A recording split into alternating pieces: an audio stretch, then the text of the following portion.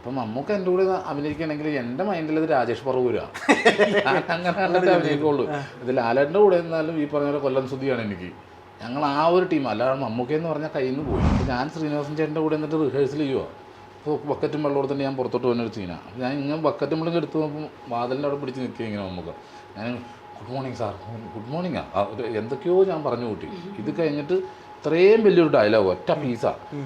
അത് ഒറ്റ ടേക്കിന് ഞാൻ ഒറ്റ അടിക്ക് പറയണം, കട്ടൊന്നുമില്ല. അപ്പോൾ മമ്മൂക്കയുടെ അടുത്ത് പറഞ്ഞിട്ട് സ്ക്രിപ്റ്റ് റൈറ്റർ കൊണ്ട് ഇത് ഇന്നതാണ്, ഇത് പറഞ്ഞു കഴിയുമ്പോഴത്തേക്ക് ഷാജി ഇത് പറയുന്നു തന്നെ. അപ്പോൾ ഇത് മൊത്തം മമ്മൂക്ക നോക്കി എന്നിട്ട് എന്നെ നോക്കിയിട്ട് പറഞ്ഞാൽ മതി. അപ്പം പോയ എൻ്റെ കയ്യിൽ നിന്ന്. നിങ്ങൾക്ക് എന്താ ഇപ്പോൾ വേണ്ടതെന്ന് ചോദിച്ചാൽ ഞങ്ങൾക്ക് സ്റ്റാച്യു ഓഫ് ദി ലിബർട്ടി കാണാം, നിങ്ങൾ പോയിട്ട് പാടാന്ന് പറഞ്ഞു. ഞങ്ങൾ പോകും, ഞങ്ങൾ കാണുകയും ചെയ്യും. എന്നാൽ കണ്ടാൽ മതി, കണ്ടിട്ട് വന്നു പറഞ്ഞു. ഹോട്ടലിൽ നിന്ന് ഇറങ്ങിയപ്പോൾ തൊട്ട് മഴയായിരുന്നു. ആ വണ്ടിക്ക് കൊണ്ട് കറക്കി നടന്നിട്ട് തിരിച്ച് ഹോട്ടലിൽ കൊണ്ടുവന്ന് ഇറക്കി. എന്നിട്ട് കയറി വന്നപ്പോൾ എന്നോട് തൻ്റെ നാക്ക് നല്ല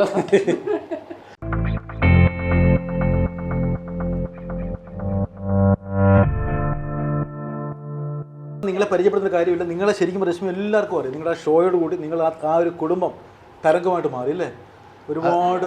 അതെ അതെ, കുറേ ഫാമിലീസിന് എന്നെ അറിയാമായിരുന്നു. പക്ഷേ ആ ഷോയോടുകൂടി രശ്മിനെ കൂടി മനസ്സിലായി. ശരി, മലയാളികൾ ഒരുപാട് ഇഷ്ടപ്പെടുന്ന ഒരു ഫാമിലിയാണ് സാജുവിൻ്റെ അതുപോലെ രശ്മിയുടെയും ഒരു ജീവിതം എന്ന് പറയുന്നത്. കാരണം നിങ്ങളുടെ ഓരോ ദിവസം ആക്ടിവിറ്റീസ് എല്ലാം ശരിക്കും നിങ്ങളുടെ ആ ഡെപ്തുള്ള സ്നേഹം നമ്മുടെ പ്രേക്ഷകർ നേരിട്ട് കണ്ടറിഞ്ഞത് ആ ഷോയിലൂടെ അല്ലേ? അതെ അതെ അതെ, ഒരുപാട് ഗുണം ചെയ്തില്ലേ? ഗുണമെന്ന് പറഞ്ഞിട്ടുണ്ടെങ്കിൽ കാരണം ഞാൻ ഇപ്പോൾ നമ്മൾ ഇങ്ങനെ അലഞ്ഞിരിഞ്ഞ് നടക്കണമെങ്കിൽ നമ്മളെല്ലാവരും കണ്ടാലും അറിയും. ഞാനും വൈഫും കൂടി പോകുമ്പോഴത്തേക്ക് ഇപ്പോൾ എന്നെ പിടിച്ചെടുത്തിട്ട് ഫോട്ടോ എടുക്കട്ടെ ഇയാൾ വെയിറ്റ് ചെയ്യും. പക്ഷേ ഇപ്പോൾ ഇയാളെ പിടിച്ചിട്ട് ഫോട്ടോ എടുക്കുക, എന്നെ മാറ്റി എടുക്കുക അവസ്ഥ എത്തി അല്ലേ? പക്ഷേ നേരത്തെ ഷോയ്ക്ക് വരുന്നതിന് മുമ്പ് ഭാര്യയായ രശ്മി അധികം ഫ്രെയിമിലൊന്നും വരാത്തൊരു കക്ഷിയായിരുന്നു അല്ലേ? ഒരു ഒതുങ്ങുന്ന ഒരു വീട്ടമ്മയായിരുന്നു. അങ്ങനെയായിരുന്നോ ചോദിച്ചാൽ? അല്ല, ഇപ്പോഴും അങ്ങനെ തന്നെ. ഒരു ഇൻ്റർവ്യൂ ഒക്കെ വീട്ടിൽ ഞാൻ ഇത് ഇന്ന് രാവിലെ പറയുമ്പോൾ എന്തോ പറയാൻ തിങ്കളാഴ്ചത്തെ കാക്കുന്നുണ്ട്, പിന്നെ എന്താണ് ഇപ്പോൾ തന്നെ എന്നൊക്കെ ചോദിക്കും. രാവിലെ പറഞ്ഞു അത് മാറാൻ വേണ്ടിയാ രംഗത്ത് കൊണ്ടുവരുന്നത് അല്ലേ? ഭയങ്കര കൂട്ടായ്പാണ്. അപ്പോൾ എന്തായാലും ശരിക്കും പറഞ്ഞാൽ നിങ്ങളുടെ ഒരു ഭയങ്കര ഒരു സുഹൃത്തുക്കളാണോ, ഭാര്യയും ഭർത്താവുമാണോ, ആങ്ങളെയും പെങ്ങളുമാണോ എന്ന് വിവേചിച്ചറിയാൻ പോലും പറ്റാത്തൊരു സ്നേഹത്തിലാണ് നിങ്ങൾ. പ്രേമിക്കുകയാണ് ഇപ്പോഴും അല്ലേ? എല്ലാമാണ്. അമ്മയും അച്ഛനുമാണ്, ആങ്ങളെയും പെങ്ങളുമാണ്, ഭാര്യയും ഭർത്താവാണ്, കാമുകനുമാണ്, എല്ലാം കൂടി കൂടിയിട്ടുള്ള സംഭവങ്ങൾ. ലൊക്കേഷൻ കൊണ്ടുപോയിട്ടുണ്ട് രശ്മി? കൊണ്ടുപോയിട്ടുണ്ട്. ഏതൊക്കെ പടത്തിൻ്റെ ലൊക്കേഷൻ പോയിട്ടുണ്ട്? ഓൾമോസ്റ്റ് എല്ലാം കൊണ്ടുപോയിട്ടുണ്ട്. പോയിട്ടുണ്ട്. ഈ പിന്നെ ഈ ടേക്ക് എടുക്കുന്ന സമയത്തൊക്കെ കണ്ടു നിൽക്കുമോ, അതോ ഇങ്ങനെ അങ്ങനെ ചമ്മൽ വല്ലതും ഉണ്ടോ? അങ്ങനെയൊന്നും പ്രശ്നമില്ല. അപ്പോൾ ആ ലൊക്കേഷൻ പോയുള്ള അനുഭവങ്ങൾ പറയാം. എന്തെങ്കിലും താരങ്ങളൊക്കെ ഒന്ന് പരിചയപ്പെടും. മൂക്കയും മോഹൻലാലൊക്കെ വന്ന് പരിചയപ്പെട്ടിട്ടുണ്ടോ? ലാലേട്ടനെ കണ്ടിട്ടില്ല ഇതുവരെ. മമ്മൂക്കനെ കണ്ടിട്ടുണ്ട്, ദിലീപേട്ടനെ കണ്ടിട്ടുണ്ട്, പിന്നെ ജയറാമേട്ടൻ. അങ്ങനെ അവരുടെയൊക്കെ ഷൂട്ട് നടന്നപ്പോൾ പോയിട്ടുണ്ട്. ഞാൻ മര്യാദ രാമൻ ഷൂട്ട് ചെയ്തപ്പോൾ ഷൂട്ടിന് പോയിട്ടുണ്ട്. മമ്മൂക്കയുടെ ഷൂട്ടിന് തോപ്പിൽ ജോപ്പൻ ഷൂട്ടിന് പോയിട്ടുണ്ട്.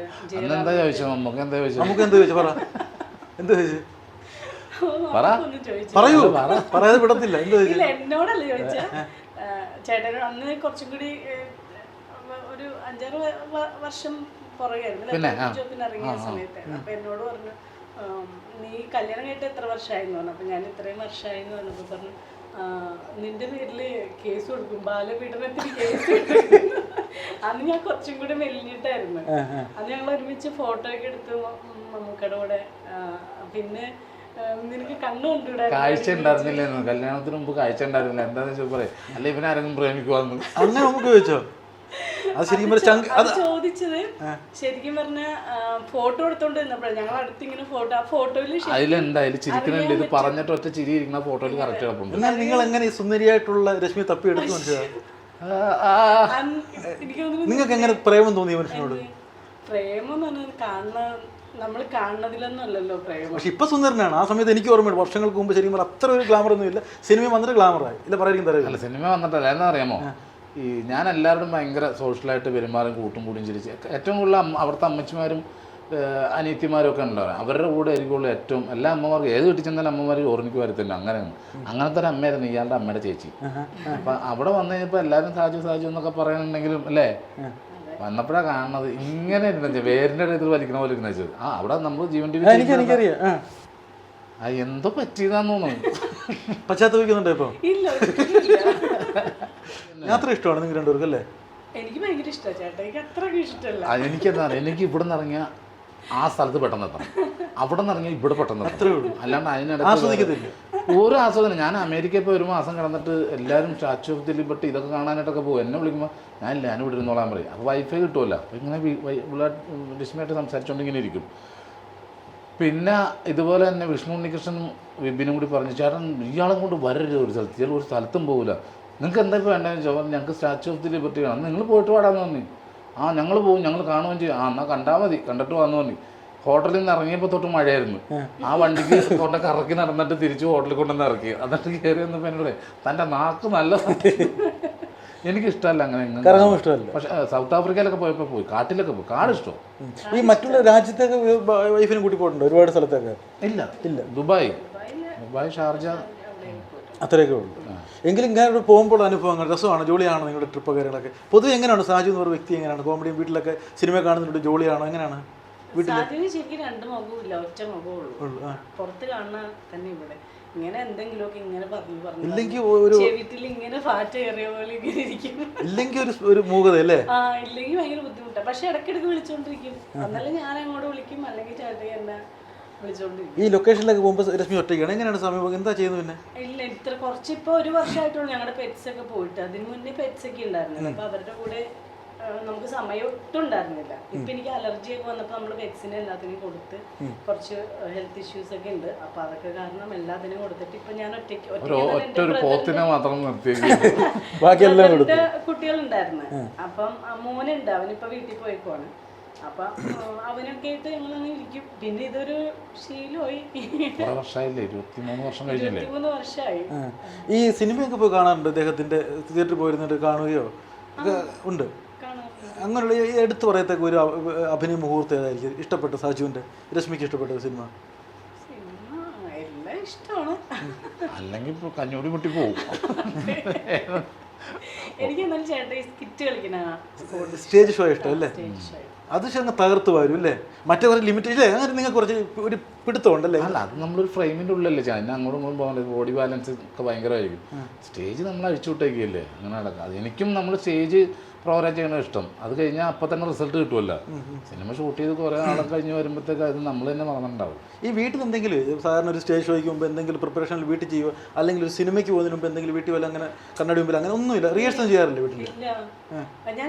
ഞാൻ ചോദിക്കും, ഞാൻ ചേട്ടൻ എന്താ അതൊന്ന് പറഞ്ഞു നോക്കൂടെ, ചെയ്ത് നോക്കൂടെ എന്നൊക്കെ ഇങ്ങനെ പറയുമ്പോഴേക്കും ചിലപ്പം ഷൂട്ടിംഗ് സ്ഥലത്ത് ഞാൻ പോയിരിക്കുമ്പോഴേക്കും ചേട്ടയും ഇങ്ങനെ ഗെയിം കളിച്ചുകൊണ്ടിരിക്കും. എന്നാൽ അടുത്തത് എന്താണെന്നോ അങ്ങനെ ഒന്നും നോക്കലും അതൊന്നുമില്ല.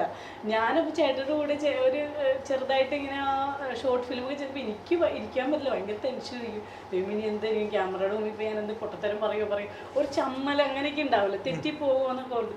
ചേട്ടയ്ക്ക് അങ്ങനെയുള്ള യാതൊരു ഇത് ചമ്മലും ഇല്ല, ഒന്നുമില്ല. തലയിൽ നോക്കുന്നൊന്നുമില്ല. ഞാനൊന്ന് മേടിച്ചു സീൻ ആ സമയത്ത് കൊണ്ടുവരുമ്പോഴത്തേക്കൊന്ന് വായിച്ചാന്ന് പറയും ഷോട്ട് എടുക്കണമെന്ന്. ഇത് എക്സ്പീരിയൻസ് കൂടുതലായിട്ടൊന്നുമല്ല. ഇപ്പം നമുക്ക് എൻ്റെ കൂടെ അഭിനയിക്കണമെങ്കിൽ എൻ്റെ മൈൻഡിൽ ഇത് രാജേഷ് പറവൂരാണ്. അങ്ങനെ കണ്ടിട്ട് അഭിനയിക്കുള്ളൂ. ഇത് ലാലേട്ടൻ്റെ കൂടെ എന്നാലും ഈ പറഞ്ഞ പോലെ കൊല്ലം സുധിയാണ് എനിക്ക്. ഞങ്ങൾ ആ ഒരു ടീം. അല്ലാതെ മമ്മൂക്കയെന്ന് പറഞ്ഞാൽ കയ്യിൽ നിന്ന് പോയി. അങ്ങനെ പേടിയല്ല. ആദ്യം അഭിനയിച്ചപ്പോൾ മമ്മൂക്കയോട് അഭിനയിച്ചപ്പോൾ എനിക്കൊരു പേടിയുണ്ട്. കാരണം ഞാൻ പത്തേമാരി എന്ന് പറഞ്ഞ സിനിമ അഭിനയിക്കുമ്പോഴത്തേക്ക് ഞാൻ മമ്മൂക്കനെ കണ്ടിട്ടില്ല ഞാൻ അതുവരെ. അപ്പോൾ ഞാൻ ചെന്നപ്പോൾ ചോദിച്ചു മമ്മൂക്ക ഉണ്ടാന്ന് ചോദിച്ചപ്പോൾ പറഞ്ഞു ക്യാരവാനിലാന്ന് തോന്നി. അപ്പോൾ ഞാൻ ശ്രീനിവാസൻ ചേട്ടൻ്റെ കൂടെ എന്നിട്ട് റിഹേഴ്സൽ ചെയ്യുക. അപ്പോൾ ബക്കറ്റും വെള്ളം കൊടുത്തിട്ട് ഞാൻ പുറത്തോട്ട് പോകുന്നൊരു സീനാണ്. അപ്പോൾ ഞാൻ ഇങ്ങനെ ബക്കറ്റും വെള്ളം എടുത്ത് നോക്കുമ്പോൾ വാതിലിൻ്റെ അവിടെ പിടിച്ച് നിൽക്കുക ഇങ്ങനെ മമ്മൂക്ക. ഞാൻ good morning sir, good morning എന്തൊക്കെയോ ഞാൻ പറഞ്ഞു കൂട്ടി. ഇത് കഴിഞ്ഞിട്ട് ഇത്രയും വലിയൊരു ഡയലോഗ് ഒറ്റ പീസാണ്. അത് ഒറ്റ ടേക്കിന് ഞാൻ ഒറ്റ അടിക്ക് പറയണം, കട്ടൊന്നുമില്ല. അപ്പോൾ മമ്മൂക്കടുത്ത് പറഞ്ഞിട്ട് സ്ക്രിപ്റ്റ് റൈറ്റർ കൊണ്ട് ഇത് ഇന്നതാണ്, ഇത് പറഞ്ഞു കഴിയുമ്പോഴത്തേക്ക് ഷാജി ഇത് പറയുന്നു തന്നെ. അപ്പോൾ ഇത് മൊത്തം നമുക്ക് നോക്കി എന്നിട്ട് എന്നെ നോക്കിയിട്ട് പറഞ്ഞാൽ മതി അപ്പം പോയ എൻ്റെ കയ്യിൽ നിന്ന്. പിന്നെ ഞാനത് ഒറ്റ ടേക്കിൽ പറഞ്ഞു കഴിഞ്ഞപ്പോൾ അടുത്ത മമ്മൂക്ക തന്നെ പറഞ്ഞു തന്നു അത് നീ വായിക്കുന്ന പോലെയായി. അതല്ല, ഒരു പ്രസംഗത്തിൻ്റെ മൂടി പറയാൻ പറഞ്ഞു, യാത്രയപ്പാണ്. അപ്പോൾ ഞാൻ ആ മൂടി പറഞ്ഞപ്പോൾ ഓക്കെ പറഞ്ഞു. അതേ കഴിഞ്ഞിട്ട് പിന്നെ അങ്ങനെ പേടിയൊന്നും ഉണ്ടായിട്ടില്ല. പുള്ളി ഹാപ്പിയായി അല്ലേ? പിന്നെ വെള്ളിമൂങ്ങ ചെയ്യുമ്പോഴാണെങ്കിലും ബിജു മേനോനെ അതിന് മുമ്പേ കണ്ട് ഞങ്ങൾ അതിൻ്റെ സ്ക്രിപ്റ്റ് വർക്ക് നടക്കുന്ന സമയത്തൊക്കെ കൂടെ ഉണ്ടായിരുന്നതുകൊണ്ട് അവരായിട്ടൊക്കെ പരിചയമായി. എല്ലാവരും ഡയറക്ടറായിട്ടും എല്ലാവരും പരിചയമായപ്പോൾ പിന്നെ ആ ഒരു പേടിയില്ല. ഫസ്റ്റ് സിനിമ ചെല്ലണം എന്നുള്ള പേടിയൊന്നും ഉണ്ടായില്ല. അതെ, വെള്ളിമൂങ്ങ ശരിക്കും ഒരു കയറൂരി വിട്ട പോലെയായിരുന്നു അല്ലേ? കുറച്ച് ആ സ്റ്റേജ് ഷോയുടെ ഒരുപാട് ഗുണം ആ പടത്തിൽ കിട്ടി അല്ലേ? അന്ന് ഞാനൊരു പഴയൊരു ഇന്റർവ്യൂവിൽ ഞാൻ പറഞ്ഞായിരുന്നില്ല അതിൻ്റെ ഹ്യൂമർ പോർഷൻ എഴുതാൻ ഞങ്ങളുണ്ടായിരുന്നു. അത് പറഞ്ഞതിന് എന്നെ അതിൻ്റെ റൈറ്റർ എന്നെ വിളിച്ചിട്ടുണ്ടായിരുന്നു. അതാണ് ഇതാണെന്നൊക്കെ പറഞ്ഞ് ഞാൻ പറഞ്ഞത് ഞാനല്ലല്ലോ പറഞ്ഞത്, അത് സത്യമായിട്ടുള്ള കാര്യവും.